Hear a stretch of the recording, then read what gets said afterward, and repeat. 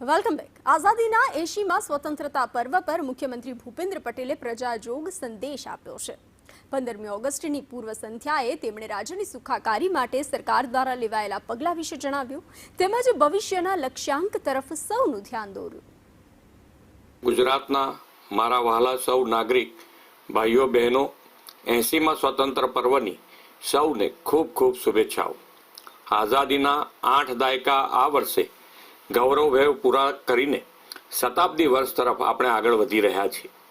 દેશને આવી મહામૂલી સ્વતંત્રતા અપાવનાર આઝાદીના લડવૈયાઓ, દેશ માટે વીરગતિ વહોરનાર નામી અનામી અનેક સ્વતંત્ર વીરોને વંદન કરું છું. એમણે આપેલી એ વિરાસતના સન્માન અને દેશના સ્વાભિમાન સાથે દુનિયાના દેશો સમક્ષ એક વિશિષ્ટ છબી ભારતે મૂકી છે. આઝાદી માટે ખપી જનાર વીરોનો મંત્ર હતો, દેશ માટે મરી ફીટવાનો, રાષ્ટ્ર કાજે સમર્પિત રહેવાનો. આજે જન જનમાં વડાપ્રધાન શ્રી નરેન્દ્રભાઈ મોદીના નેતૃત્વ અને પ્રેરણાથી દેશ માટે જીવી જાણવાનો અને રાષ્ટ્રહિત પ્રથમનો મંત્ર ગુંજે છે. દેશની વિરાસતોનું ગૌરવ કરવાના અનેક અવસરો પણ શ્રી મોદી સાહેબે આપણને આપ્યા છે. સોમનાથ મંદિરના પુનઃનિર્માણના 75 વર્ષની ઉજવણી આપણે સનાતન સંસ્કૃતિની વિરાસતને ગૌરવમય બનાવી છે. વિરાસતોના ગૌરવ સાથે વિકાસની નિત નવી ઊંચાઈઓ આપણે વડાપ્રધાનશ્રીની વિઝનરી લીડરશીપમાં વિરાસત બી વિકાસ બીથી પાર કરી છે. તેમણે વિકસિત ભારત 2047ના નિર્માણનો જે સંકલ્પ કર્યો છે તેમાં ગરીબ, યુવા, અન્નદાતા અને નારી શક્તિને મુખ્ય આધાર ગણાવ્યા છે. આપણે પણ ગુજરાતમાં આ 4 પિલરના સશક્તિકરણ માટે અનેક આયામો પાર પાડ્યા છે. ગરીબો, વંચિતો અને જરૂરિયાતમંદ લોકોને કલ્યાણ યોજનાઓના કેન્દ્રમાં રાખીને સેચ્યુરેશન એપ્રોચથી 100% લોકો સુધી યોજનાઓના લાભ પહોંચાડી રહ્યા છે. યુવા શક્તિના કૌશલ્યથી સ્ટાર્ટઅપ ઇકોસિસ્ટમોને વધુ મજબૂત બનાવવા સ્ટુડન્ટ સ્ટાર્ટઅપ અને ઇનોવેશન પોલિસી પણ અમલી બનાવી છે.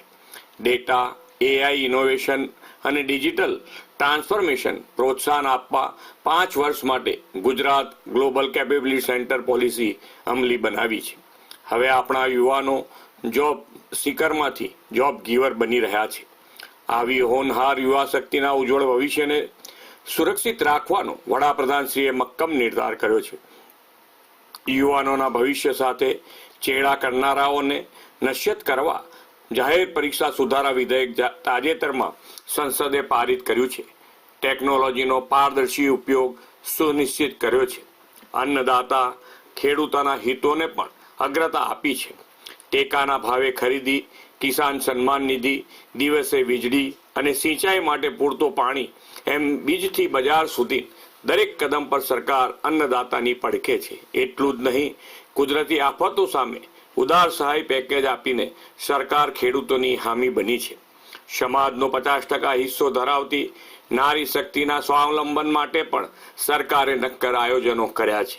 રોજગારીના સર્જનમાં નારી શક્તિની ભાગીદારી 42% છે, તે 2047 સુધીમાં 75% સુધી લઈ જવાની નેમ છે.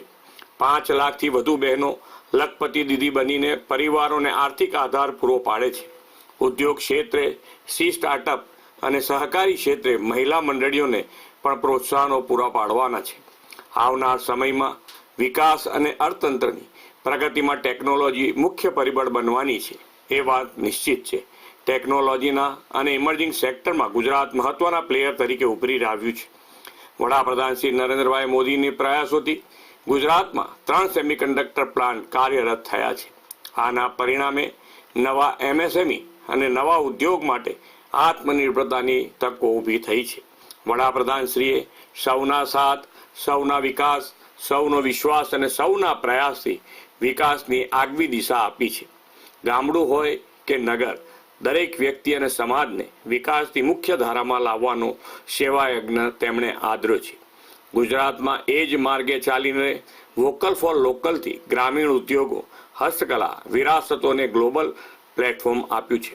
વાયબ્રન્ટ સમિટની સફળતાના પગલે વિશ્વના દેશોના ઉદ્યોગ રોકાણકારો ગુજરાત આવ્યા છે. હવે લોકલ એસ્પિરેશન અને ગ્લોબલ એમ્બિશનના ધ્યેય સાથે આપણી પ્રાદેશિક ક્ષમતાઓને વિશ્વ સમક્ષ મૂકી છે. એ માટે 4 વાઇબ્રન્ટ ગુજરાત રિજનલ કોન્ફરન્સ સફળતાપૂર્વક પાર પાડી છે અને સ્થાનિક ઉત્પાદનોને વૈશ્વિક બજાર મળ્યું છે. ફ્યુચર રેડી અને આવનાર ભવિષ્યને અનુરૂપ ઉદ્યોગો માટે ગુજરાત ગ્લોબલ ડેસ્ટિનેશન બન્યું છે. પોલિસી ડ્રીવન સ્ટેટ અને પ્રોએક્ટિવ ગવર્નન્સથી ગુજરાતની ઇમેજને સમય અનુરૂપ પોલિસી રિફોર્મ અને પોલિસી ફ્રેમવર્કથી વધુ ઉજળી બનાવી છે. નવી ઉદ્યોગ નીતિ 2026 અને data centre policy, ship building and repair policy જાહેર કરીને ઔદ્યોગિક ક્ષેત્રને વેગ આપ્યો છે. ઉદ્યોગ, વેપાર, ઉત્પાદન ક્ષેત્રથી લઈને કૃષિ, ગ્રામીણ અર્થતંત્ર અને સામાજિક સેવા ક્ષેત્ર સહિત સર્વાંગી વિકાસની પરંપરા ગુજરાતમાં ઊભી કરી છે. બાળકોના સંસ્કારયુક્ત શિક્ષણ અને શિક્ષણની ગુણવત્તા સુધારા પર સરકારે ખાસ ભાર મૂક્યો છે. કોઈ પણ કારણોસર શિક્ષણ અધવચ્ચેથી છૂટી ગયું હોય તેવા બાળકોને શોધીને શાળામાં પ્રવેશ આપવાનું અભિયાન ઉપાડ્યું છે. સ્વસ્થ અને સક્ષમ ભવિષ્યના નિર્માણ માટે આંગણવાડીઓથી લઈને પ્રાથમિક શાળાના ભૂલકાઓને મુખ્યમંત્રી પૌષ્ટિક અલ્પાહાર યોજનાથી પોષક આહાર આપીએ છીએ. અભ્યાસ, આહાર, આરોગ્ય અને આવાસથી અર્નિંગ વેલ લિવિંગ વેલ દ્વારા વિકસિત ભારત માટે વિકસિત ગુજરાતનો ધ્યેય આપણે સાથે મળીને પાર પાડવો છે. વડાપ્રધાનશ્રીએ દરેક નાગરિકોની આરોગ્યની સુખાકારીની ચિંતા કરી છે. પીએમ જય યોજના હેઠળ ગુજરાતમાં 10 લાખ સુધીની સહાય સરકાર આપે છે. આયુષ્યમાન ભારત વય વંદના હેઠળ 70 વર્ષથી વધુ ઉંમરના તમામ વડીલોને આ યોજનાનો લાભ મળી રહ્યો છે. વડાપ્રધાન શ્રી નરેન્દ્રભાઈ મોદીએ સૌને માથે પાકી છતના નિર્ધાર સાથે ગરીબોને પાકા મકાનો આપવા માટે પ્રધાનમંત્રી આવાસ યોજના શરૂ કરાવી છે. ગુજરાતમાં 16 લાખ પરિવારોને પાકા આવાસ મળ્યા છે. વંચિતોને વરીયતાના મંત્ર સાથે આદિજાતિ બાંધવો અને આદિજાતિઓને પણ વિકાસના લાભો પહોંચાડવા વનબંધુ કલ્યાણ યોજનાનો સફળતાથી અમલ કર્યો છે. આદરણીય વડાપ્રધાનશ્રીએ આપેલા રિફોર્મ, પરફોર્મ અને ટ્રાન્સફોર્મ સૂત્રને ગુજરાતમાં ભલીભાંતિ ચરિતાર્થ કર્યું છે. તેમના માર્ગદર્શનમાં પર્યાવરણ સંરક્ષણ અને ગ્રીન ગ્રોથ સાથેના વિકાસને આપણે પ્રાથમિકતા આપી છે. મિશન લાઈફ, એક પેડ માં કે નામ, કેચ ધ રેન જેવા અભિયાનોથી આ દિશામાં આગળ વધી રહ્યા છીએ. પર્યાવરણ સુરક્ષા સાથે દેશાભિમાનની પ્રતિબદ્ધતા સાકાર કરવી છે. આ માટે 9મી ઓગસ્ટથી દેશભરમાં હર ઘર તિરંગા અભિયાન શરૂ થયું છે. આવા રાષ્ટ્રહિતના અભિયાનોમાં આપણે અગ્રેસર રહીને વિકસિત ગુજરાતથી વિકસિત ભારત 2047ના સંકલ્પ સાથે આગળ વધીએ. આપણને તો સ્વતંત્રતાની શતાબ્દી 2047માં ઉજવીએ તે પહેલા 2035માં એક મોટી તક મળવાની છે. ગુજરાતની સ્થાપનાના 75 વર્ષ 2035માં પૂર્ણ થશે. આપણે સૌ સાથે મળીને એ અવસરને વિકાસના અમૃતકાળ સાથે વિકસિત ભારત માટેનો સુવર્ણકાળ બનાવીએ. ફરી એકવાર આપ સૌને સ્વતંત્રતા દિવસની ખૂબ ખૂબ શુભેચ્છાઓ. ભારત માતા કી જય. વંદે માતરમ. જય જય ગરવી ગુજરાત.